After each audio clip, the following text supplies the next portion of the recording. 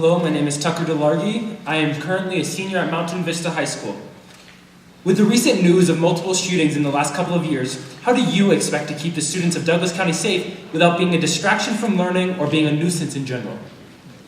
Could you just repeat the very first part of your question? With recent news of multiple shootings in the last couple of years, how do you expect to keep the students of Douglas County safe? Okay. So safety is, I've heard, is our number one concern in Douglas County. And I think it's really important that we are concerned about our students. However, I'm not sure we can protect our students 100% of the time, all the time. I believe that, unfortunately, there are situations, people in this country who make terrible choices and hurt our children.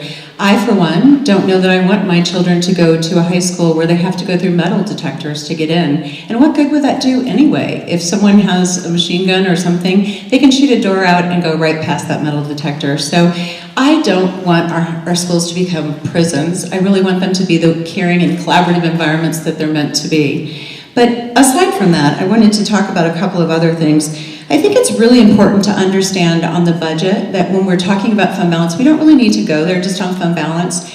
Every year for the last 4 years, our district has been unable to budget to the tune of $20 million per year, and this year it's almost $30 million.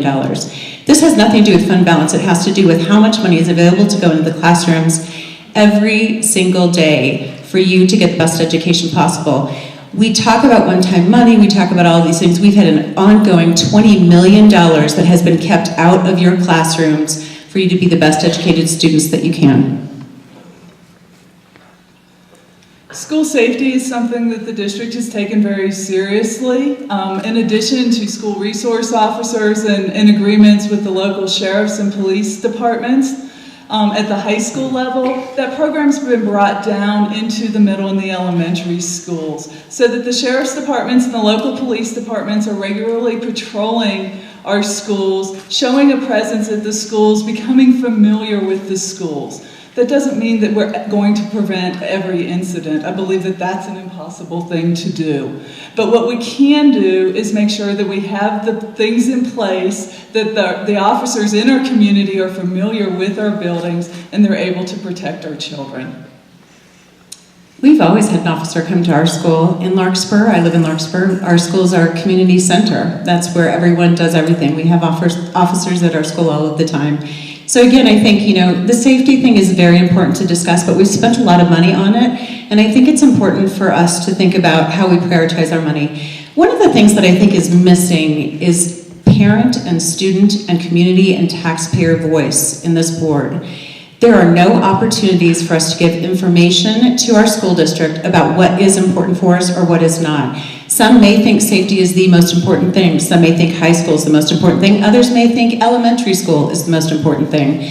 But we need to have a voice in this community so that we can tell our school board members what is the most important thing. Ms. Reynolds serves on the District Accountability Committee. It is the committee that is supposed to go out to the school accountability committees and understand concerns about funding and other issues at the school level. I will tell you, I've been involved in school accountability committees since I've been in Douglas County and even before when I was at Lewis Palmer School District with my children. And I have not once been asked as a school advisory council member for input into the budget for the district. I don't think that's okay. We need to be providing oversight. The board needs to provide oversight, and the DAC needs to provide oversight. And we must have an information flow so that we all have a voice in this. Students, you are amazing. You put this together. You know how dollars should be spent in your school. You know what's important, whether it's arts, more teachers, more AP classes. All of the variety of choices that you have, you can give that feedback to your principal, to your school accountability committee, and then that should be moved forward to the district accountability committee, which then ultimately reports up to the Board of Education. We have lost our public voice in this district, and I will not let that continue to happen. I will listen to our constituents when I get elected. That's Julie Keim for District D. Thanks.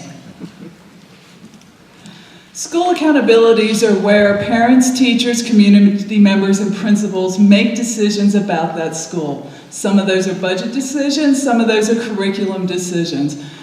What a school accountability does is they make budget priorities, and then they work with the principal on those budget priorities. Those budget priorities are passed on to the DAC and disseminated and then shared with the board. Not talking about how dollars are spent specifically, we're talking about the things that we find important and matter to us in our school buildings. Communication is a big part of this. The SACs have to communicate with the DAC as well as the DAC communicate with them. That's done through a website, that's done through emails, that's done through public meetings. Also, site-based budgeting is a really important key in all of this budget issue. Because schools are in control of their own budgets, they are allowed not only to decide how that money is spent, but they are allowed to decide when they don't spend the money. And all of our high schools last year had a carryover fund that they had assigned for a specific purpose that was important to that school and that building. That makes it very difficult to budget in the traditional top-down manner that most school districts are used to budgeting in. It's Judy Reynolds, District D. Please vote for me. Thank you.